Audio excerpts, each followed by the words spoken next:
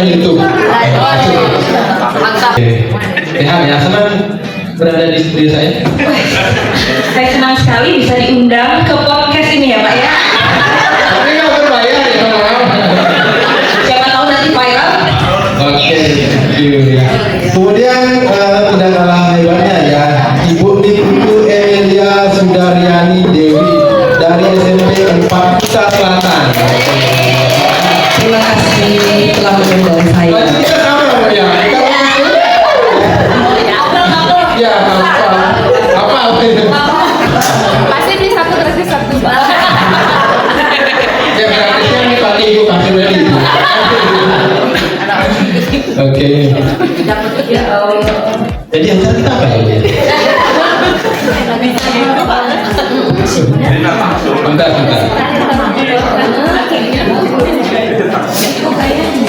Oke, baik, sebelum kita bincang-bincang terkait dengan bagaimana implementasi pembelajaran mendalam, nah ada baiknya kita melihat dulu cuplikan berikut ini. Silakan. Ini ya, silakan Pak Buat. Baik, selamat pagi Bapak Ibu yang saya hormati. Jadi pengalaman selama mengikuti pembelajaran mendalam dari pertama kali ada informasi ada pelatihan belajar mendalam, saya benar-benar wah ini pelajaran mendalam kayak apa. Awalnya saya pengennya ikut di coding Pak, curhat aja sedikit. Oh gitu, coding. Maunya ikut di coding tapi diminta di pembelajaran mendalam. Wah ini pelajaran baru bagi saya. Saya benar-benar apa istilah gaulnya worth it. Worry.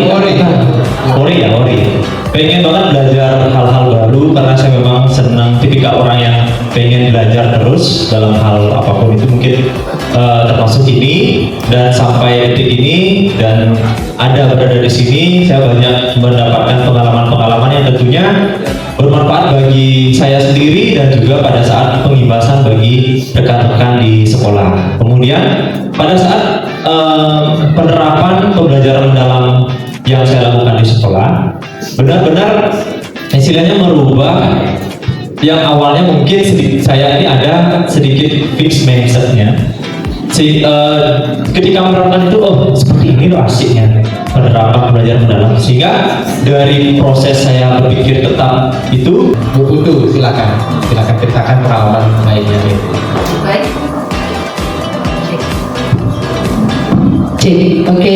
Terima kasih atas waktunya. Jadi di sini saya sedikit menceritakan tentang pengalaman dari pembelajaran mendalam itu sendiri.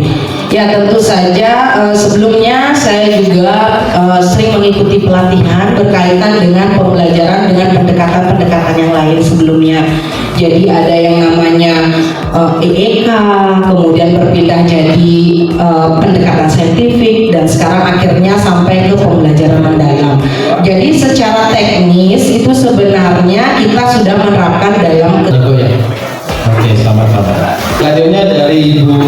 Ya, saya lulusan matematika murni, kemudian baru sekitar 7 atau 8 tahun mengajar gitu di sekolah, dan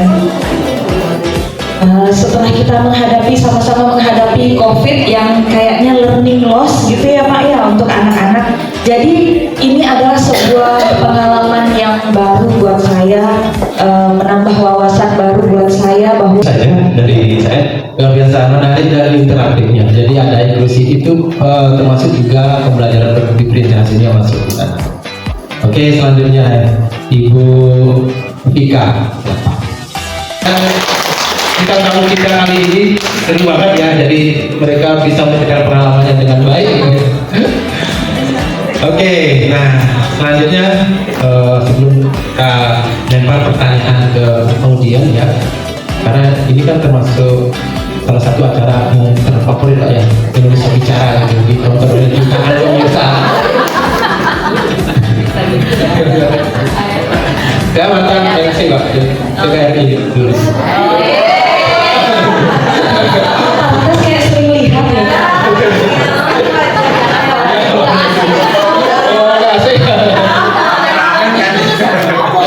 Bisa di-close Pak ya.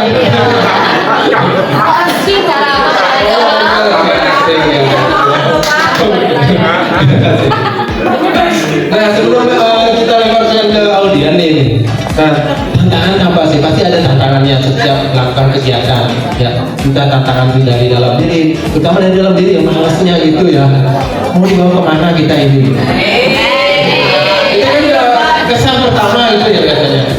Lain kalau kita menjumpai seseorang yang kita anggap penting, ya jangan badai ya, gitu. Tapi tetap kita datang masalah. Saya anggap seperti itu, ya tantangannya. Oke, tantangannya apa nih? Kita mulai dari Ibu Putu dulu ya. Mempelajarkan siswa secara kontekstual, tentunya mungkin saya mengambil kata Pak tadi, paradok digital. Kalau tidak ada digital kan siswa dengan belajar dengan digital, siswa akan menghambat. Seperti ada yang saya sampaikan tadi, siswa itu tidak bisa kita ajak menghayal.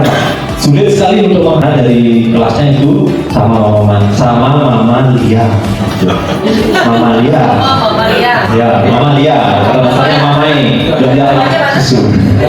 Ya, seperti itu. Kemudian kalau dari konteks IPS mungkin Pak ya.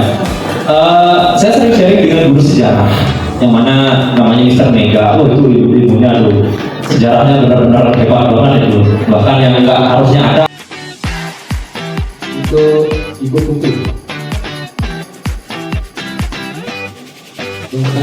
Bisa membagi beberapa kebutuhan siswa yang lambat maupun cepat, terutama di bidang studi matematika. Terima kasih. Oke, terima kasih atas pertanyaannya Bu Susiya.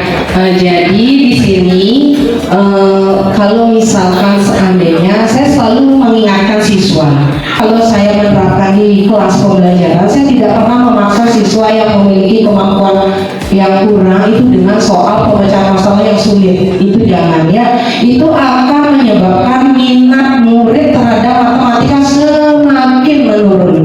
Nah itu yang cukup bermakna. Operasi hitung yang paling sulit itu adalah di perkalian. Beda dengan zaman kita waktu dulu, jadi kalau ngapal perkalian itu kayak wajib, dan memang benar kita sangat berusaha sehingga dari dasar matematika itu operasi yang lain itu mengikuti lah seperti itu. Nah sekarang anak-anak lagi mau coba lagi? Ya sekali.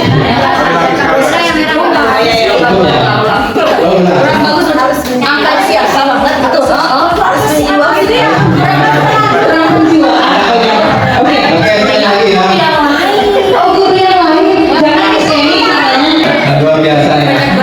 Dan tidak salah yang mengundang 3 narasumber di jawab ya. Saya bersepakat tadi. Nanti hati-hati banyak gasip lah Ibu ya. Oke, karena waktu kita sudah terbatas ya, dan kita akan mendatangkan tamu-tamu lagi. Nah sebagai penutup ya, ini closing statement ya. Cukup maksimal 1 menit ya masing-masing sebagai penutupnya. Bahasa Mandarin.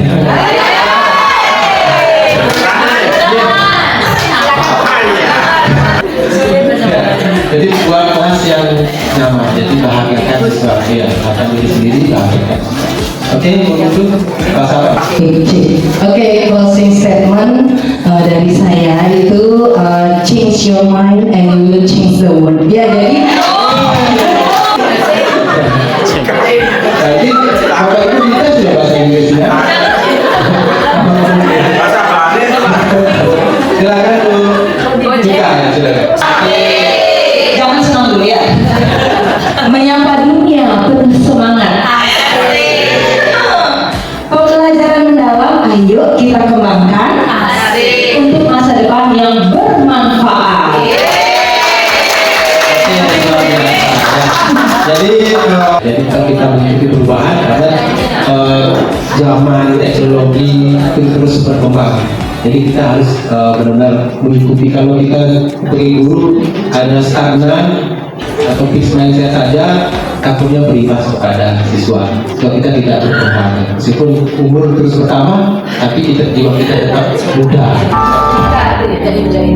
Oke, luar biasa sekali. Tepuk tangan buat narasumber kita.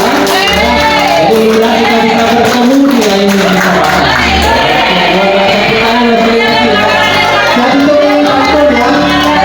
Buah delima warnanya merah. Jangan lupa dikasih gula. Berikan aplaus yang meriah kepada narasumber hebat kita.